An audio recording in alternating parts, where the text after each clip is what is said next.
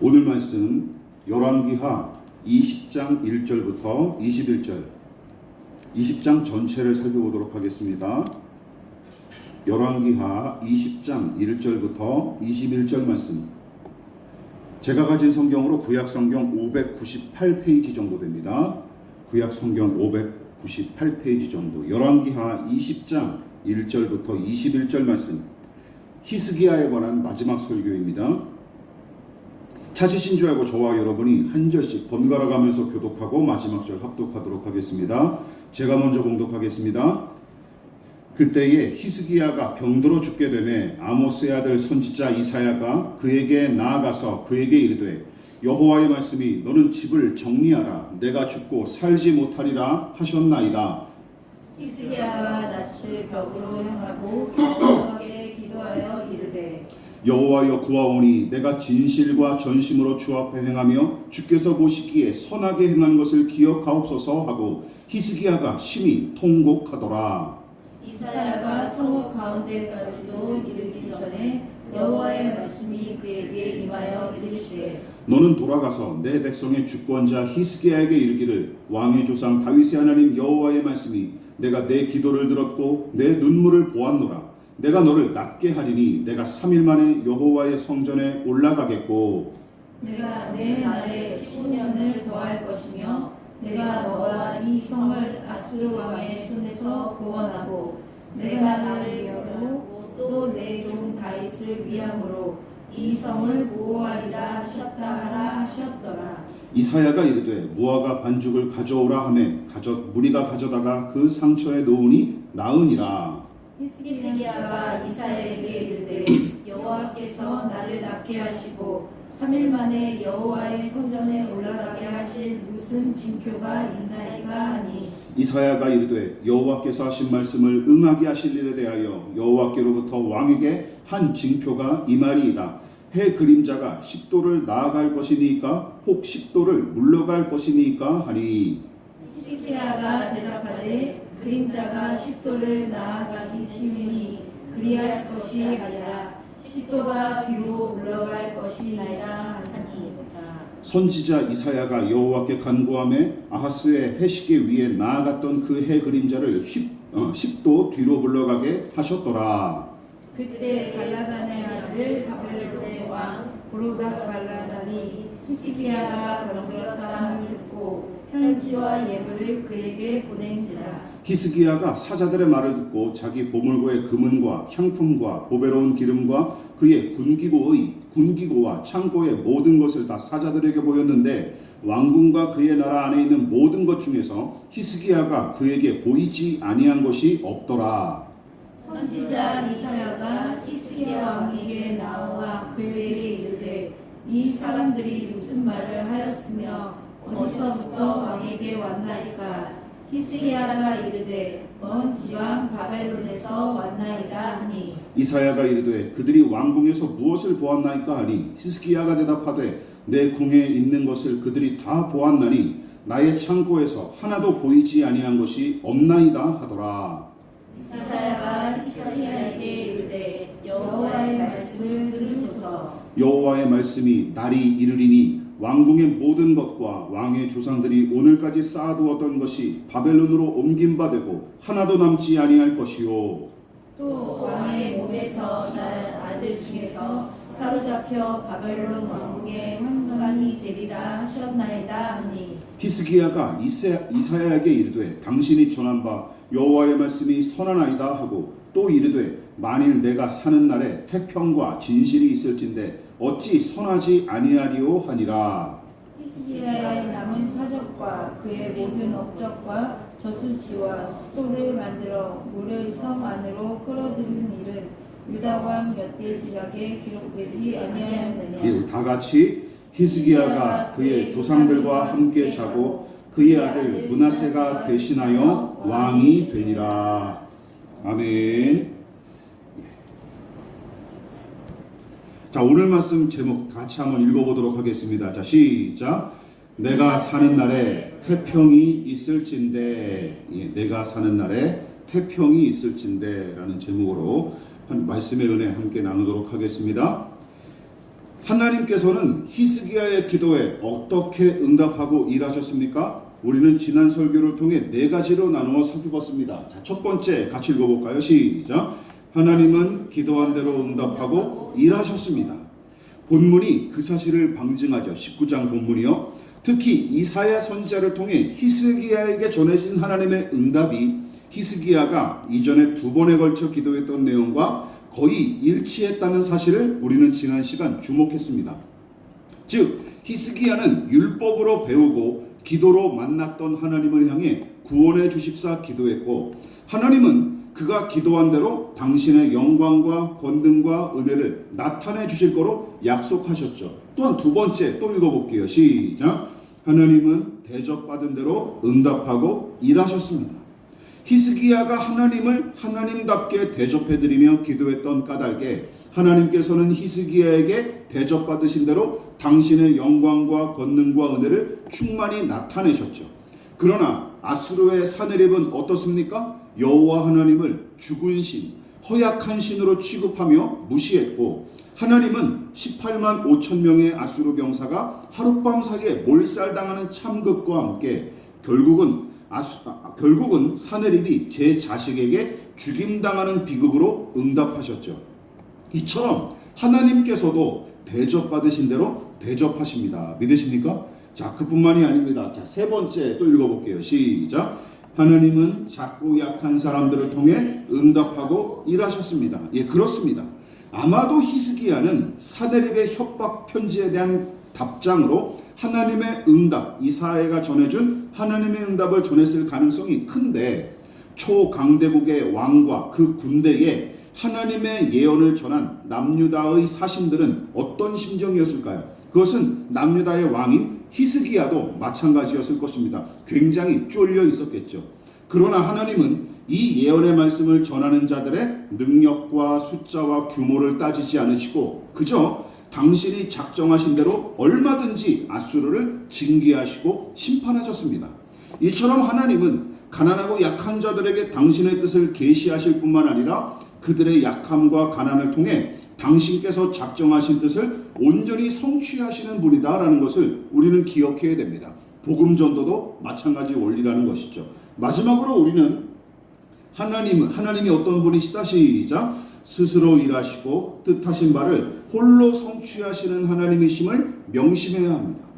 하나님은 아수르의 정복 전쟁과 영토 확장조차 다 당신의 소관이었음을 말씀하셨고, 남유다에 생존자를 남겨두시며 마침내 완전한 구원과 회복을 성취하실 주체가 바로 당신 자신이심을 분명하게 선포하셨어요.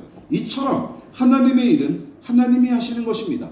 또한 우리가 의지하고 기대할 바는 우리의 노력이나 열심보다 바로 하나님의 열심임을 명심하십시다.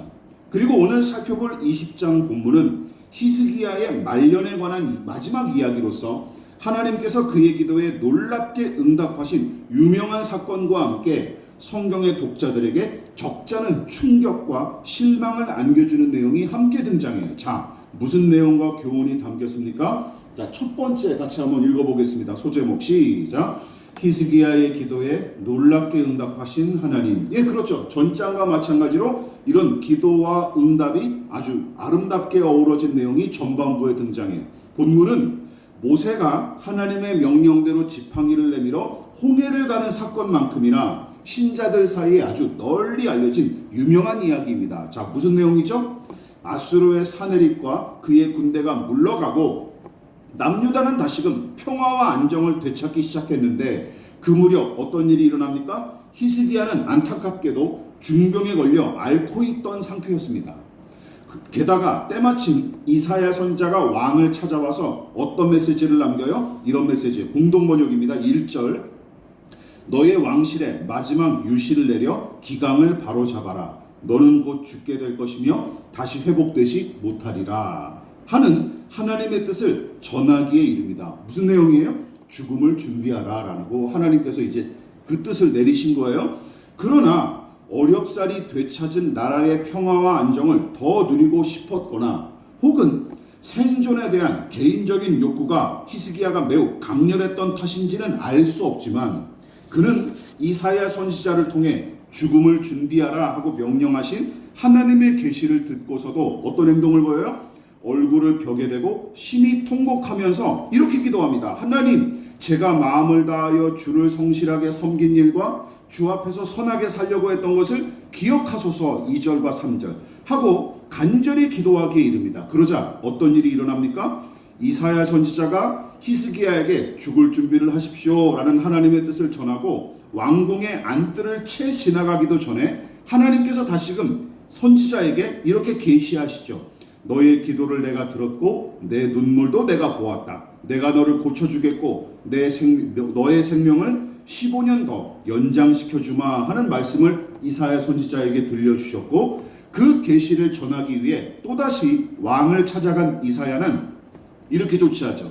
무화과 반죽으로 히스기야의 상처를 치료하는 기적을 일으켰을 뿐만 아니라 원래 작정하셨던 뜻을 철회하고 치료와 회복을 약속하신 하나님의 뜻을 왕에게 전하기에 이릅니다. 얼마나 복된 소식이 있습니까? 개인적으로. 그러나 히스기야는 병든 부분이 기적적으로 치료된 정도로 만족하지 않습니다. 어떻게 해요? 그래서 이사야 선지자에게 이렇게 제안합니다. 주께서 나를 고치셔서 사흘 뒤에는 내가 주의 성전에 올라갈 수 있게 된다고 하셨는데 그 증거가 무엇입니까? 뭐 하는 거예요? 증거를 내놓으라는 거예요. 예, 병 고친 건 고친 건데 내가 사흘 만에 성전에 올라가서 다시 제사를 드리고 예배할 수 있는 그 약속하셨으니 그 증거를 주십시오. 예, 증명서를 달라는 거예요. 확실한 증거와 증표를 요구하기에 이릅니다. 그래서 이사야 선지자는 왕에게 이렇게 제안하죠.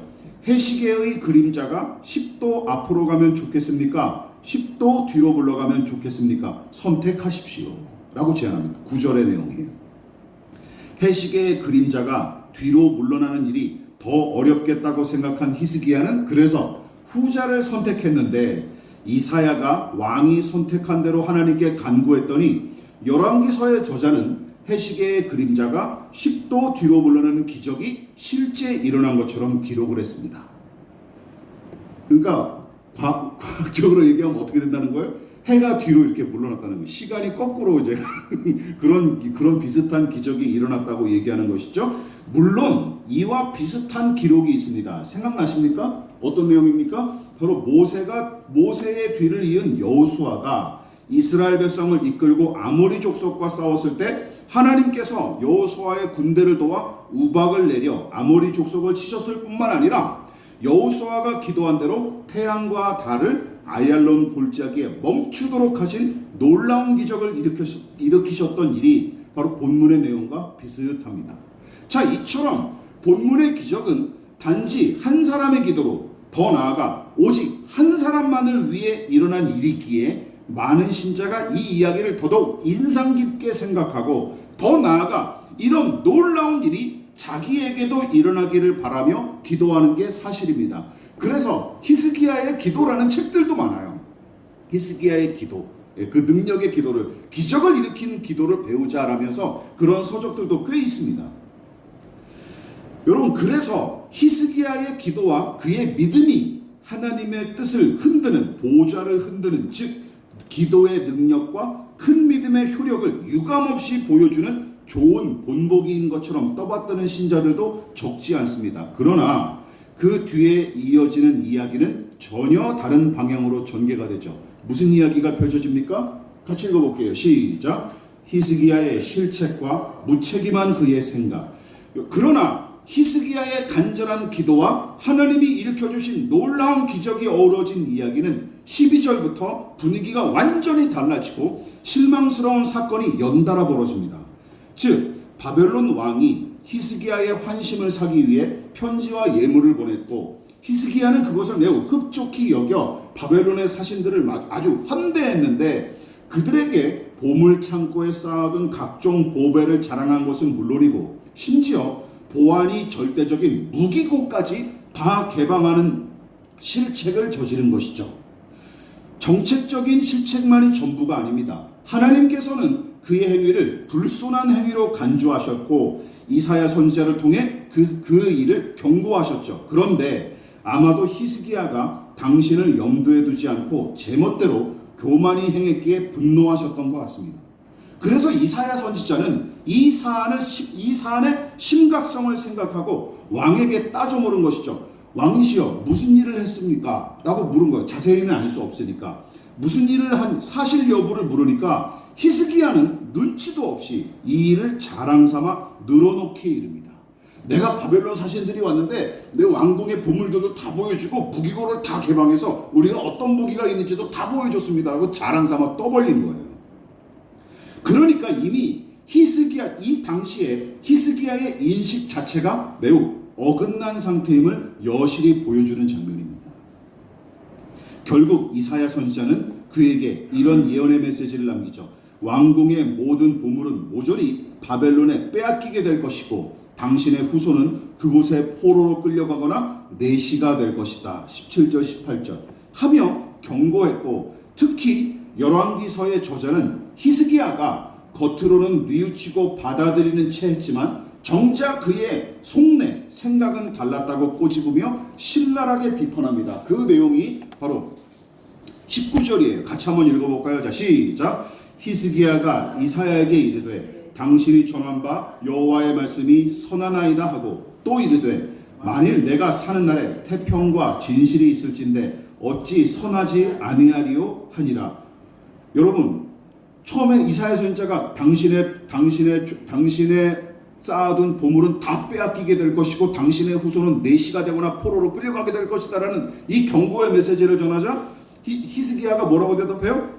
여호와의 말씀이 선하십니다. 그렇게 이루어 주십시오. 믿음으로 얘기한 것 같죠. 근데 다음 말이 대박입니다. 뭐라 그래요? 좀 더 해석하면 이거예요. 내 평생에는 그런 일이 일어나지 않을 테니 내가 사는 동안에는 평안과 안전을 누릴 것이다. 메시지 성경은 이렇게 번역했습니다. 여러분, 이 말이 어떻습니까? 이 얼마나 비겁하고 옹졸하며 이기적인 생각입니까? 요즘 말로 이거죠. 나만 아니면 돼. 나만 아니면 돼. 나만 괜찮으면 그만이야 하는 사고방식과 아주 정확히 일치합니다. 여러분, 이 부분이 의아하지 않습니까?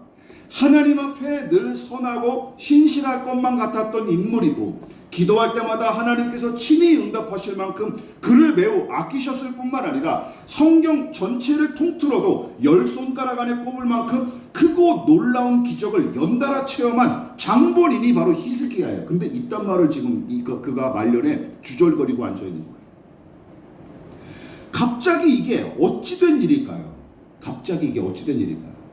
그러나 제가 여러분들에게 누누이 강조했다시피 평소에 생각하지도 않던 일을 갑작스럽게 저지르는 인간은 거의 없습니다.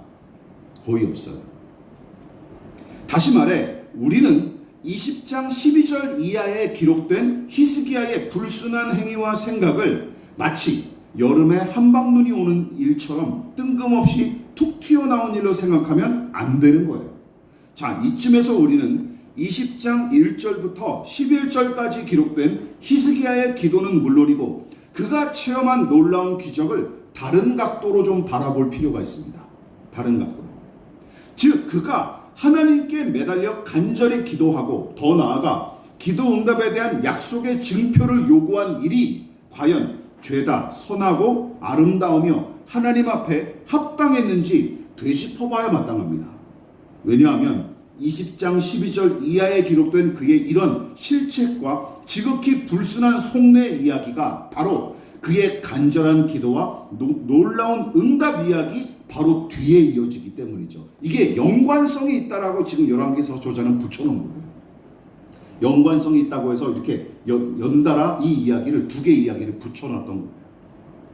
특히 저는 히스기야가 하나님의 뜻에 응하여 순종하기보다는 치료와 수명 연장을 위해 간절히 기도한 모습을 특별히 주목했습니다. 자, 다시 한번 1절을 살펴보도록 하겠습니다. 자, 시작. 그때에 히스기야가 병들어 죽게 되매 아모스의 아들 선지자 이사야가 그에게 나와서 그에게 이르되 여호와의 말씀이 너는 집을 정리하라 내가 죽고 살지 못하리라 하셨나이다. 자, 그러니까 이미 그의 몸은 더는 유지하기가 힘들 정도로 망가진 상태였고 게다가 하나님께서 친히 이사야 선지자를 통해 내 삶을 정리하고 이제 죽음을 준비하라 하며 말씀하셨는데 히스기야는 하나님의 뜻에 순순히 응하기는커녕 단지 개인적인 바람으로 살려주십사 간구했던 것이죠.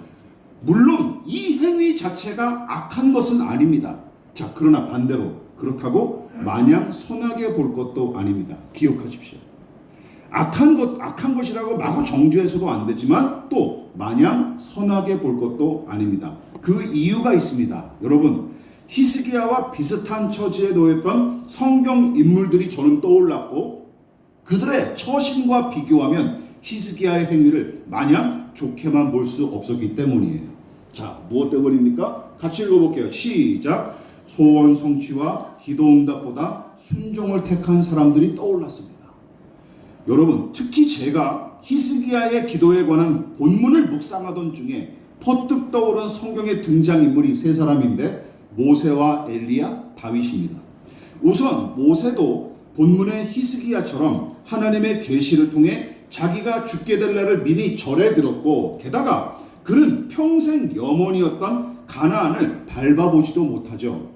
그 내용이 신명기 처음부터 끝까지 반복해서 등장하는데 그 대표적인 내용이 신명기 32장입니다. 같이 읽어볼게요. 시작. 내 형 아론이 호르산에서 죽어 그의 조상에게로 돌아간 것 같이 너도 올라가는 이 산에서 죽어 내 조상에게로 돌아가리니 이는 너희가 신광야 가데스의 무리바 물가에서 이스라엘 자손 중 내게 범죄하여 내 거룩함을 이스라엘 자손 중에서 나타내지 아니한 까닭이라. 무슨 말씀입니까? 제가 정리해 드릴게요. 그동안 출애굽 백성을 이끌었던 모세는 사막에서 죽은 1세대 사람들의 짐을 함께 짊어지고 죽게 될 것이다라는 거예요. 그러니까 모세는 1세대와 함께 죽는 거예요. 1세대와 죽게 될 것이고 요단강 넘어 가나안 땅은 신세대의 지도자인 여호수아가 이끌어가게 될 것을 회고한 예언의 말씀입니다. 그래서 모세도 어떻게 하냐? 모세가 가만히 순종했을까? 그러지 않았습니다. 건너가게 해주십시오 하고 간곡하게 매달려 여러 번 기도했지만 결국은 하나님의 뜻에 순종하여 모압 땅 느보산 골짜기에서 죽음을 맞이합니다. 신명기 34장을 다시 한번 볼까요? 자, 시작. 이에 여호와의 종 모세가 여호와의 말씀대로 모압 땅에서 죽어 벳부올 맞은편 모압 땅에 있는 골짜기에 장사되었고 오늘까지 그가 묻힌 곳을 아는 자가 없느니라. 모세가 죽을 때에 나이 120세였으나 그의 눈이 흐리지 아니하였고 기력이 쇠하지 아니하였더라. 여러분 잘 보십시오. 히스기야는 그저 단지 수명을 연장해 주십사 간청했을 뿐이지만 모세는 40년 동안이나 목표했던 가나안 땅을 그저 멀찌감치 바라보는 정도로 만족할 수밖에 없었고 심지어 전혀 기력이 쇠하지 않은 상태였는데도 어떻게 해요? 주의 뜻에 따라 순순히 죽음을 맞이합니다. 기력이 쇠하지 않았는데도 죽음을 맞이해요. 히스기야와 다르게 하나님의 뜻에 끝내 순종하여 인생을 마친 모세의 모습을 보십시오. 모세만이 아닙니다. 엘리야 선지자도 마찬가지예요. 열왕기상 강해에서 우리가 이미 살펴봤다시피 그는 아합과 이세벨이 하나님 앞에 굴복하기만을 바라며 온갖 고생과 수고를 마다치 않았고 게다가 히스기야 못지않게 놀라운 기적을 연달아 일으키면서 마침내 그 소원이 이루어질 걸로 믿었습니다. 그런데 결국은 기세등등한 이세벨의 협박이 무서워서 광야로 도망쳤고 끝내는 로뎀나무 아래 널브러져 다음과 같이 하나님께 요구하죠. 히스기야와 정반대입니다. 시작. 여호와여 넉넉하오니 지금 내 생명을 거두시옵소서. 나는 내 조상들보다 낫지 못하니이다 하고 엘리야도 모세처럼 자신의 간절한 꿈과 바람이 산산조각 나는 일을 겪었을 뿐만 아니라 히스기야와는 정반대로 어떻게 해요? 죽여주십사 간청하게 이릅니다. 히스기야는 살려주십시오 했고 얘는 반대로 죽여주십시오라고 간청한 거예요. 그러나 저와 여러분이 다 알다시피 하나님께서는 호렙산에서 세미한 음성을 통해 그에게 당신의 뜻을 다시금 깨닫게 하셨고 당신의 일을 맡은 종답게 또다시 사명을 감당하는 자리로 이끄십니다. 기억하십니까? 엘리야가 하나님의 명령에 따라 아람과 북이스라엘의 왕을 세우고 더불어 자기를 대신하여 선지자의 사명을 감당하게 될 엘리사까지 기름 부어 세운 일을 떠올려 보십시오. 그러니까 엘리야 선지자는 하나님의 뜻에 순종하느라 제 마음대로 죽지도 못했을 뿐더러 제 마음에 드는 사람이 아니라 하나님께서 택하신 자들을 찾아가 기름을 붓습니다. 자, 이쯤에서 상상해 보십시다. 만일 모세와 엘리야가 본문의 히스기야처럼 하나님의 뜻보다 제 소원을 먼저 앞세우며 고집을 부렸다면 어떤 일이 벌어졌을까요? 어떤 일이 벌어졌을까요? 생각하기가 싫습니다. 따라서 히스기야의 이 기도를 마냥 아름답고 선하게 볼 수 없는 이유가 바로 여기서도 명백하게 드러납니다. 그뿐만이 아닙니다. 또 한 가지 면에서 달랐어요. 같이 읽어볼게요. 시작. 제 이익과 생명보다 하늘의 밀로 희생한 사람들, 이 사람들을 떠올려 보십시오. 앞서 살펴봤던 모세와 엘리야의 생애를 다시금 떠올려 보십시오. 이들은 자신의 꿈과 바람보다 하나님의 명령과 그 뜻을 더 소중히 여겨 순종했던 믿음의 사람들이었죠. 그뿐만이 아닙니다. 또한 이 사람들은 제 이익과 생명을 보존하고 증진시키기 위해 안달하며 살지 않았습니다.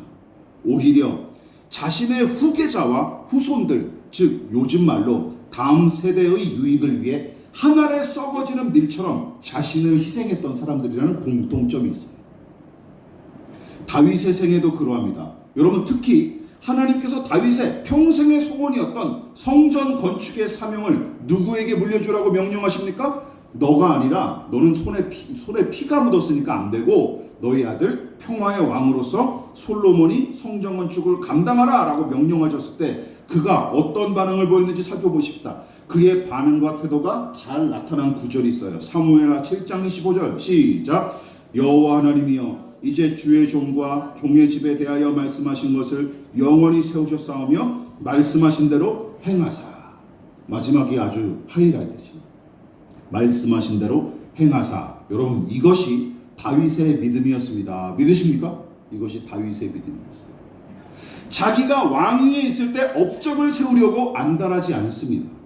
아들과 후세대 백성에게 성전 건축의 영광과 은혜를 기꺼이 양보했고 더불어 후대를 위해서 건축 재료를 넉넉히 마련했던 그의 모습은 히스기야와 완전히 딴판입니다. 자, 그러므로 기억하십시다. 우리가 이 내용을 통해서 한 가지 생각할 게 있어요. 이거예요.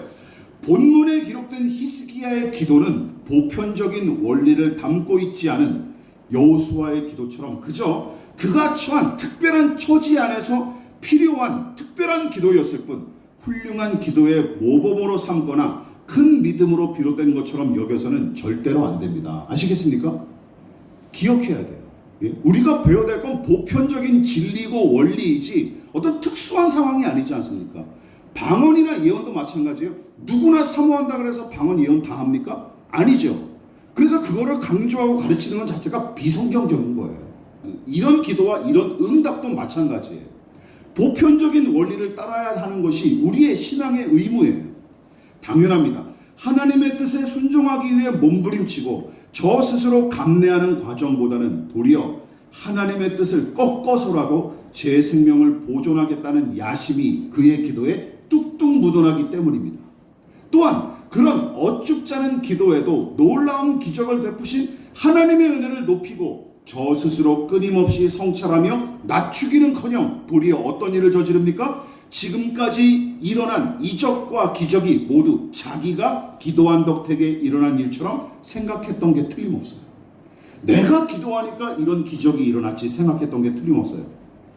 지난 한 주간 뉴스에서 떠들썩하지 않았습니까? 전직 프로골퍼로서 세계적인 명성을 떨쳤던 박모 선수의 부친이 딸의 명의를 도용하여 막대한 자금을 제멋대로 유용한 일이 화제가 됐는데 아마도 제 생각에는 그런 사고방식이 있었던 것 같아요. 내가 키운 딸이고 내 덕택에 성공했으니 딸이 번 돈도 결국은 내 돈이다 하는 생각에 사로잡혔던 게 아니었을까 하고 추측을 해봅니다.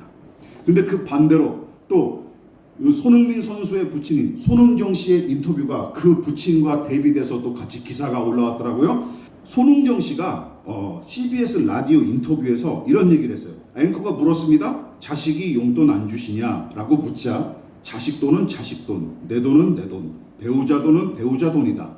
자식 성공은 자식 성공, 배우자 성공은 배우자 성공, 내 성공만이 내 성공이지 숟가락을 왜 얹느냐라고 답했습니다. 이게 정상이에요. 이게 정상이에요. 어쨌든 우리가 다시 한번 살펴볼 것은 이것입니다.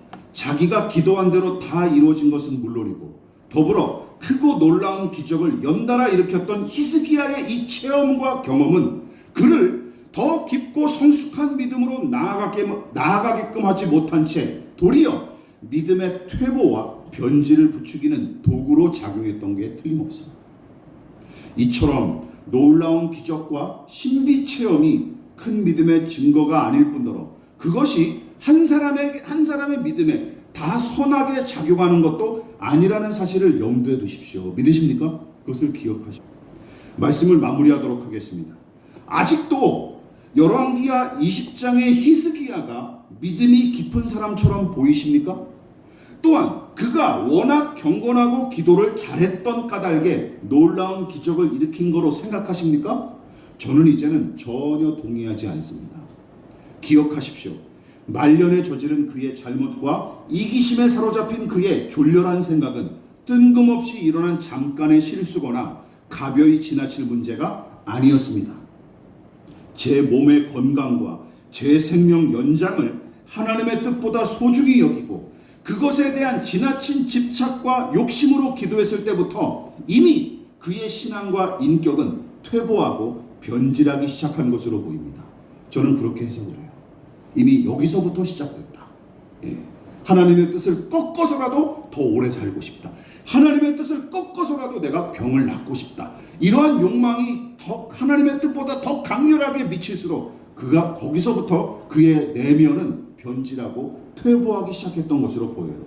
게다가 여러분 정말 중요한 거 15년 더 오래 산 것이 정작 그에게 무슨 유익이 됐습니까? 그렇지 않습니까? 15년 더 오래 살아서 그가 무슨 유익을 얻었습니까? 오히려 지금 최승찬 목사를 통해서도 욕을 먹고 있잖아요. 그렇지 않습니까? 이게 전 너무 참담했어요. 그리고 우리의 현실을 너무나 잘 보여주는 것 같습니다. 존경스러웠던 목회자가 노년의 노욕을 가지고 별별 짓을 당하는 모습들을 제가 목격하면서 제가 얼마나 많은 실망과 상처를 받았겠습니까? 그런 거예요. 그런 짓들이 지금도 계속 끊임없이 교회 안에서 일어나고 있고 정치인이든 뭐 무슨 사상가든 다 마찬가지예요. 노년에 들어서 욕먹는 사람들이 허다합니다. 다 죽게 된 병든 몸을 놀라운 기적으로 고치고 해시계의 그림자가 10도 뒤로 물러가는 기적을 체험했지만 그 이후에 그의 삶과 사상은 어디 내놓기조차 부끄러운 지경까지 전락해버렸습니다. 자, 여러분 어떻게 살고 싶으십니까? 어떻게 살고 싶으십니까? 전도자로서 늘 가난하고 비천하게 살아갔을 뿐만 아니라 무수한 환난을 만나 고생하기 일쑤였던 사도 바울은 히스기야가 감히 넘보지 못할 만한 믿음의 고백을 남깁니다. 잘 아시죠? 빌립보서 1장 시작. 나의 간절한 기대와 소망을 따라 아무 일이든지 부끄러워하지 아니하고 지금도 전과 같이 온전히 담대하여 살든지 죽든지 내 몸에서 그리스도가 존귀하게 되게 하려 하니 이는 내게 사는 것이 그리스도니 죽는 것도 유익합니다. 언제 어디서나 그리스도의 영광이 드러나기를 원하고 죽음까지도 다스리시는 그리스도께서 함께 하시며 내 모든 것이 주의 것이기에 사나 죽으나 상관없다는 믿음, 여러분 이것이 그리스도인의 능력과 자랑과 영광과 소망입니다. 그러므로 오늘 히스기야처럼 얄팍한 신앙으로 만족하거나 안주하지 마십시오. 갈 길이 멉니다. 그렇지 않습니까? 갈 길이 멉니다. 편안한 항구에 머물러 있지 말고 더 깊은 은혜의 바다를 향해 항해하는 저와 여러분 되시기를 진심으로 부탁을 드리겠습니다. 그리고 이 믿음으로 살아가는 저와 여러분 되시기를 진심으로 축원을 드리겠습니다. 그러므로 너희는 이렇게 기도하라. 하늘에 계신 우리 아버지, 아버지의 이름을 거룩하게 하시며 아버지의 나라가 오게 하시며 아버지의 뜻이 하늘에서와 같이 땅에서도 이루어지게 하소서. 오늘 우리에게 일용할 양식을 주시고 우리가 우리에게 잘못한 사람을 용서하여 준 것 같이 우리 죄를 용서하여 주시고 우리를 시험에 빠지지 않게 하시고 악에서 구하소서. 나라와 권능과 영광이 영원히 아버지의 것입니다. 아멘.